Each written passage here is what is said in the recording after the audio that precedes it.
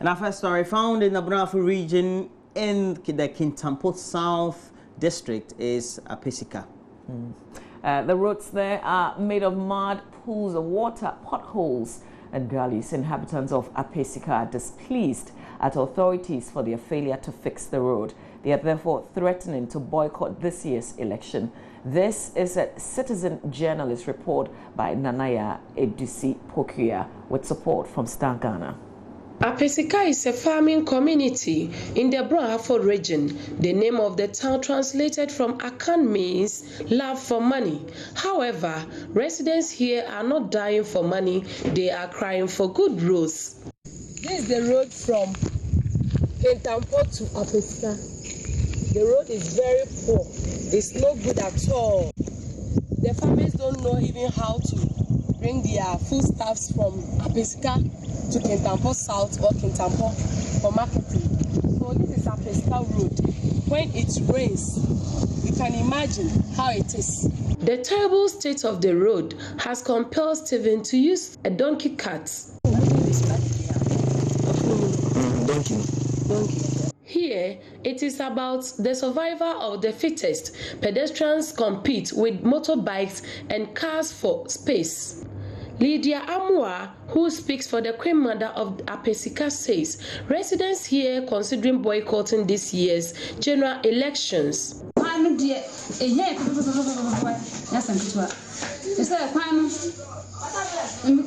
Anytime it rains, the road becomes unmotorable. We are forced to get down and push our cars on our way to Kintampo. So we are pleading to the authorities to come to our aid, else we will boycott the elections.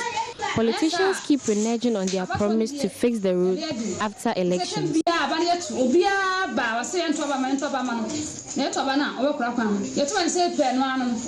Mapa, another resident, says politicians have promised to fix the roads on countless occasions. We do not see the relevance of election. Our roads are substandard. The elections are totally needless. Our roads are bad. We also do not have a secondary school. We need one here, and the next town is far. We should fix the road. Latifa lost her sister due to the bad roads. She complained of headache and we gave her some medication. On our way to the hospital at Kintampo, it started raining cats and dogs till the next morning. We had no choice but to go back home without visiting the health facility because the road had been swallowed up by flood. She died because of the bad state of the roads. But for the road, she would have still been alive. The condition of the road can aggravate the already ailing condition of residents when they use the Apesika road. We will feel the pain all over our body when we use that road. The unit committee chairman believes a boycott of the elections will be the wake-up call for politicians to attend to the needs of the people.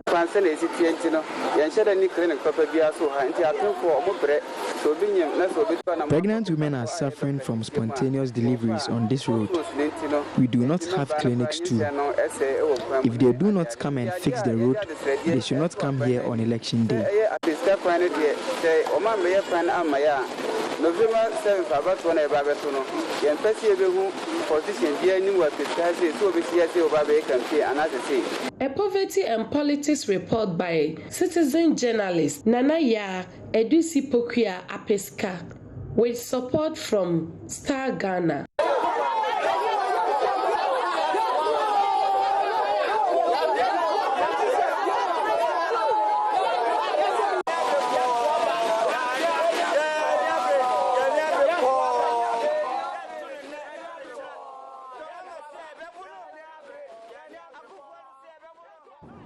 And there will be more of such reports from citizens living within the communities making their own reports here on Joy News. Again, with support from Star Ghana. And let's move away from the communities and look at this. The Electricity Company of Ghana has declared war on those who illegally draw power from the national grid with a mass disconnection exercise. It says is going to be replicated across the country. The company has in recent weeks been on a mass disconnection spree, which has seen several state agencies taken off the grid for unpaid bills. Acting General Manager of Revenue Protection at the company, Engineer Michael Kwesi Okai, says owners of houses found to have connected power illegally will also be surcharged and prosecuted. The team, which targeted the Nungwa district, started off from a two-story building around 18 Junction at Bachuna here in Accra, where the owner is said to have tampered with the prepaid meter. The owner was not home at the time, but the power was disconnected all the same. As we started the exercise, my men had been telling how to detect this illegality. So when they come, though this board will be faced all right, they have the mandate to check whether somebody has done this under the meter. You see, we are aware. We know that this is not the first time we have come across this thing. So, you see. So when we come, we can decide. We have an instrument. We can check from the taste of the supply, because whatever comes to the meter through this thing should be the same thing that is coming up from the meter. So when we do that and we see that there's a difference, it means there are some bypass, there's some power which is not coming to the meter. Right from here, we are going to disconnect. We'll search out the person. We'll take evidence. We'll take him to refer him to the legal directorate, so that after the search, which is the civil case, he'll be prosecuted. They will be there with the criminal aspect. Acting General Manager of Revenue Protection, Engineer Michael Kwesi Okai, explained they rely on several experts on the field as well as informants for tip-offs about potential power thieves. We want to, one, deter people from indulging in illegality and also enhance our revenue collection. Right now, we have been able to identify 5 illegalities. But as I'm speaking now, it is only the customers that know who did it, whether they hired or they did it themselves. But we, the customers, are the people that we own. They are the people we have connected supply to. So we are going to deal with them. If somebody comes out to tell us that I know the one who did it, we will take it up from there. We have people in all the regions. We have 9 regions. And their job function is to move from district to district. At times we may have information from other customers or informant that they suspect some illegality, then we move there. Besides that, we have a program. So as we are here in this Nungwa district, we may decide to move to another district, either maybe even in the central region or western region. Okay, so we don't wait for people or just to think that let's move here. As I said, we have a program. Besides that, if there's any information to, we take it up. A total of 5 houses were disconnected on Thursday, with the exercise expected to continue tomorrow.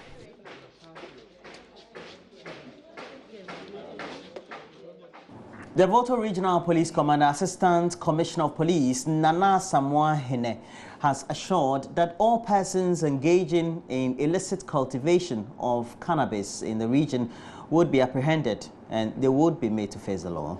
He says it has become imperative for the police to clamp down on persons engaging in this illegal business since the numbers has drastically increased over the years. ACP Hine, who made this known during an interview with Joy News' Fred Kwame Asari at the Volta Regional Headquarters in Ho, said arresting the cannabis cultivators would help cut the supply chain to peddlers and consumers of the hard drug. He disclosed that they have already destroyed some farms and lamented most of the cannabis farms are located in remote communities and on some islands on River Volta where the police lacks logistics to access. He, however, encouraged residents to be forthcoming with information to help weed out these persons engaged in this illegal business. Another area of concern to us, you realize that some of the areas, the divisions within the Volta region, especially if you go to Zemini, because they are landed areas. We have some islands located on the Volta River, and you know that it is difficult for police or the Navy even to get there. So they use those places to cultivate cannabis.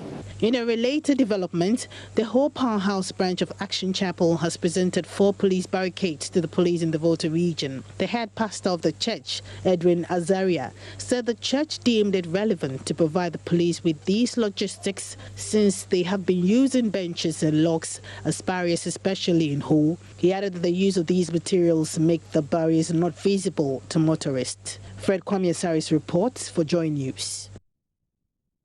Former President John Ejekum Kufuor has been awarded the Laureate for Leadership and Governance at the maiden edition of the Impact Africa Summit, Ghana.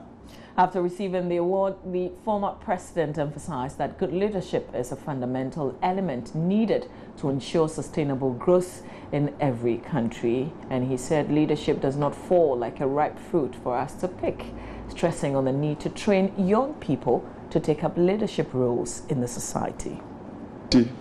Of mankind, humanity is central, and that everything else is there, as a Frenchman would say, a raison d'être for humanity.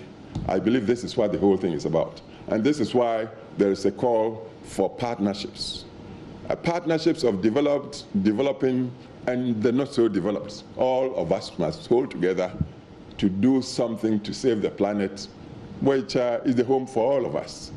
Across the board of the partnership, you see the centrality of leadership. Leadership. Without leadership, whether in politics, whether in corporate world, whether in media, wherever, without good leadership that really cares about the sustainability of life. We're talking about humanity. We would be lost. Leadership does not fall like a ripe fruit from tree down for people to pick. We need to nurture leadership. Our youth, an intergenerational thing that I believe His Excellency talked about in introducing me. We have to know, like the French philosopher said, we're borrowing our wealth from the children to be born. Well, former President John Ejekum Kufuor. A special eco-levy will soon be imposed on all electronic products imported into Ghana once the president assents to the Hazardous and Electronic Waste Control and Management Bill passed by Parliament on Thursday. The bill seeks to protect life and ecosystem from the harmful effects of electronic waste. An electronic waste recycling plant is also expected to be established. Ranking member on the Environment Committee of Parliament, Francis Adainimo, tells Joy News the Environmental Protection Agency will have to be well positioned to enforce compliance with regulations in the law. One, we're talking about waste, and waste is a broad area. We have the liquid waste, we have the normal solid waste, we have biomedical waste, we have electronic waste. For instance, the computers you use, even your cameras for your work, the computers you use, the telephones, handsets that we are using, they all have their lifespan. At the end of the lifespan, how do you dispose of it? How do you handle it? Do you leave it in the open atmosphere and just throw it in the air? No, because it also has its consequential effects. So that it doesn't affect human life, at the same time, the ecosystem. So that is why this bill is essential, so that we would regulate all this material that may come into our country or that will transit through our country and find destinations elsewhere. In the bill, a fund is supposed to be established, and one of the main sources of revenue to the fund is what we call eco-levy. And then in the bill, the minister will also come with regulation for the setting up of establishment of electronic waste recycling plant. That will be a source of job, employment for the people, and also our ability to collect the waste and send it to the plant for processing will also be ensured. And then you can also import electronic waste as a raw material from any country and bring it into this country, and straight away send it to the processing plant for it to be processed into other goods.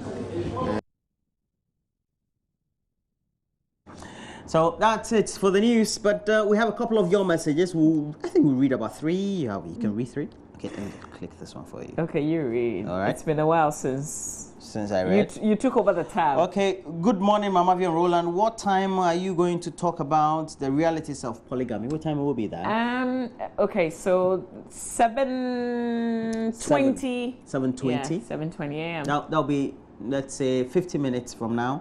And Bambakia Samet from Fumbesi wants to know. And so I know that you want to be part of this very conversation before you leave for work. Please try and stick around. You said we're both looking great. Thank you. Please let President Mahama know that September will surely come before November 7th. So he should do something about teachers from the private colleges of education who have not been posted. We all go through same training. I'm sure the president is watching. If it's not, somebody else is watching and telling him. Good morning, Mama V and Roland. To me, there's nothing wrong with having a stepmother because someone's stepbrother or sister, your stepbrothers and sisters are very good, provided the man can treat the 2 wives equally. From Martin Luther, the King, Georgia. Thank you very much. Thank you. Know, the thing I like about our conversation on the realities of polygamy is the fact that we're not judging. That's why it's the realities, because it's working for some people. Will you be opening the phone lines? Yes, we will activate every means. So that we get good experiences from people who have been through some of those relationships or perhaps homes and what their experiences have been. Some have very good experiences though. Some do. Some don't as well. But so today we're going to have a lot of fun, a lot of education, and a lot of information for you. So we're leaving you as a breaker. This very song. It's a Friday, man. Losing up. And so we're bringing to you this very song. I hope you.